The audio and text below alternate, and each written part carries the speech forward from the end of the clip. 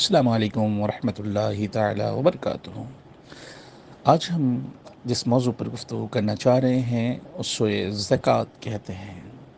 زکوٰۃ دین اسلام کا ایک اہم ستون اور عبادت ہے جو فتح مکہ کے بعد 9 ہجری میں فرض ہوئی۔ زکوٰۃ کے لفظی معنی پاکیزگی اور بالادگی کے ہیں۔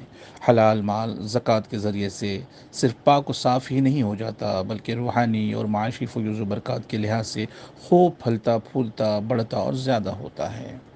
دامن نفس، صفات مذمومہ، کذب، بخل، ریاکاری، ناشکری، تنگ دلی، حرص اور طمع اور خود غرضی کے داغ دبوں سے پاک صاف ہو کر صفات محمودہ کے موتیوں سے بھر جاتا ہے۔ زکوٰۃ کے لیے قرآن مجید میں دوسرا لفظ صدقہ استعمال ہوا ہے جس کا تعلق صدق سے ہے۔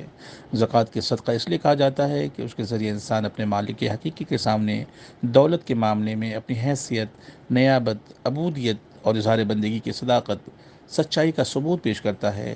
قرآن پاک کی چند آیت کا ترجمہ پیش خدمت ہے کہ انسان طبعاً کمزور پیدا ہوا ہے، سورہ نساء کی آیت ہے، اور انسان کا دل بہت تنگ ہے۔ اور دوسری جگہ پر اللہ تبارک و تعالیٰ نے ارشاد فرمایا وہ مال سے سخت محبت کرنے والا ہے۔ زکوٰۃ مال و دولت کے معاملے میں اللہ کی عبادت مقرر شدہ اسلامی طریقے میں زکوٰۃ عمرہ کی دولت میں غربا کا حق ہے۔ زکوٰۃ عمرہ سے لی جاتی ہے اور غربا کو دی جاتی ہے۔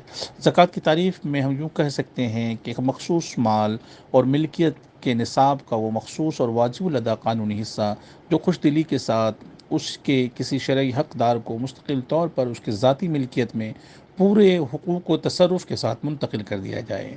دوسری بات، اللہ کی دولت کا ایک حصہ جو اللہ کے بتائے ہوئے راستوں پر اللہ کی رضا کی خاطر خرچ کیا جائے۔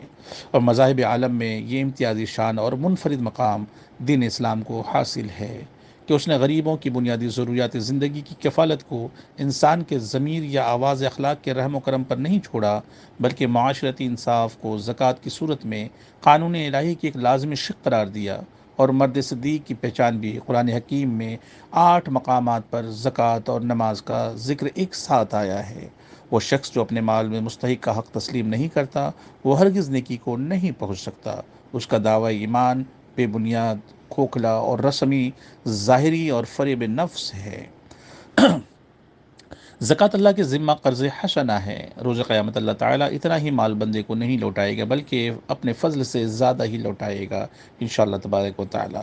راہ خدا میں خرچ کیے جانے والے مال کی مثال اس دانے کی سی ہے جس کی 7 بالیں اگیں اور ہر ایک بال میں 100 دانے ہوں۔ یہ تو ایک نیکی ہے جو انسان اپنے لیے آگے بھیج رہا ہے، جو اس کو ہلاکت سے بچائے گی، اس کے گناہوں کو مٹائے گی، اس کی توبہ کی قبولیت اور اس کے لیے رحمت، بخشش اور مغفرت کا ذریعہ بنے گی۔ زکوٰۃ ٹیکس نہیں، عبادت ہے۔ دونوں کے جوہر اصلی اور اسپرٹ میں زمین و آسمان کا فرق ہے۔ زکوٰۃ عبد کا معبود کے حضور اظہار بندگی ہے، یہ کسی پر احسان نہیں ہے، یہ کسی پر احسان نہیں، ادائیگی فرض ہے۔ ٹیکس انسان ساختہ ہے اور زکوٰۃ خدا ساختہ۔ ٹیکس میں زبردستی، تنگ دلی، اظہار تعصب اور ناراضگی کی کیفیت پائی جاتی ہے، جبکہ زکوٰۃ میں مرضی، خوش دلی، اظہار مسرت اور آمادگی کی قلبی اور ذہنی کیفیت پائی جاتی ہے۔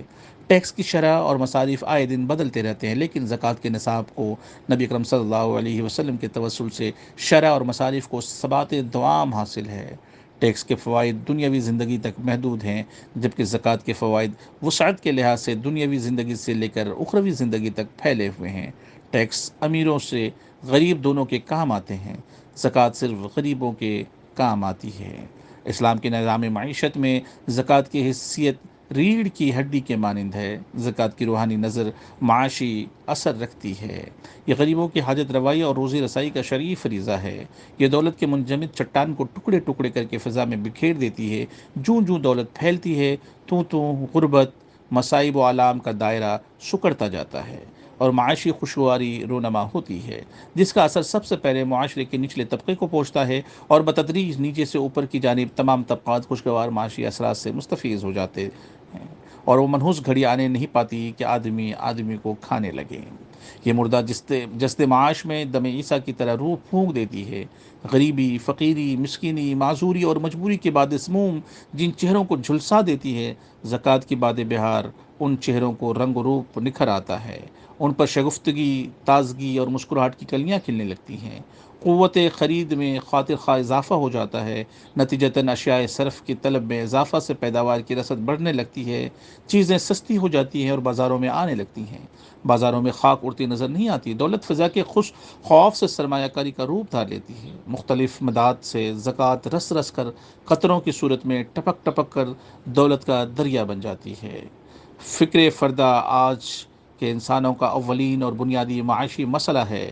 اس مسئلے کی نزاکت کے سامنے انسان کی روحانی اور اخلاقی اقدار بے معنی ہیں، بے وزن اور بے اثر سی ہو کر رہ گئی۔ فکر معاش دن رات اس اعصاب پر سوار ہے، گفتگو کسی سے ہو تیرا دھیان رہتا ہے، ٹوٹ ٹوٹ جاتا ہے سلسلہ تکلم کا۔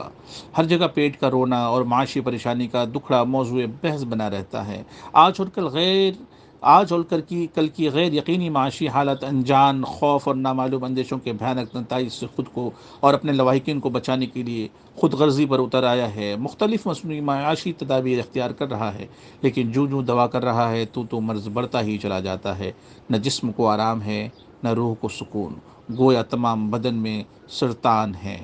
بیمہ پالیسیاں اور بچت کی اسکیمیں فکر فردہ کی تو پیداوار ہیں، ایک زکوٰۃ فنڈ اور اسکیم انسان کو ہزاروں مصنوعی فنڈز اور تدابیر سے نجات دیتی ہے۔ ایک زکوٰۃ ہزار نعمت ہے، بشرطے کہ ہم اخلاص اور بصیرت کے ساتھ سوچیں اور سمجھیں۔ وہ ایک سجدہ جسے تو گرہ سمجھتا ہے، ہزار سجدوں سے دیتا ہے آدمی کو نجات۔ ہمیں چاہیے کہ زکوٰۃ کے فلسفے کو سمجھیں اور اس پر عمل پیرا ہوں۔ اللہ تبارک و تعالی ہم سب کے دین کو اور زکوٰۃ کو قبول فرمائے، آمین بجائے سید المرسلین۔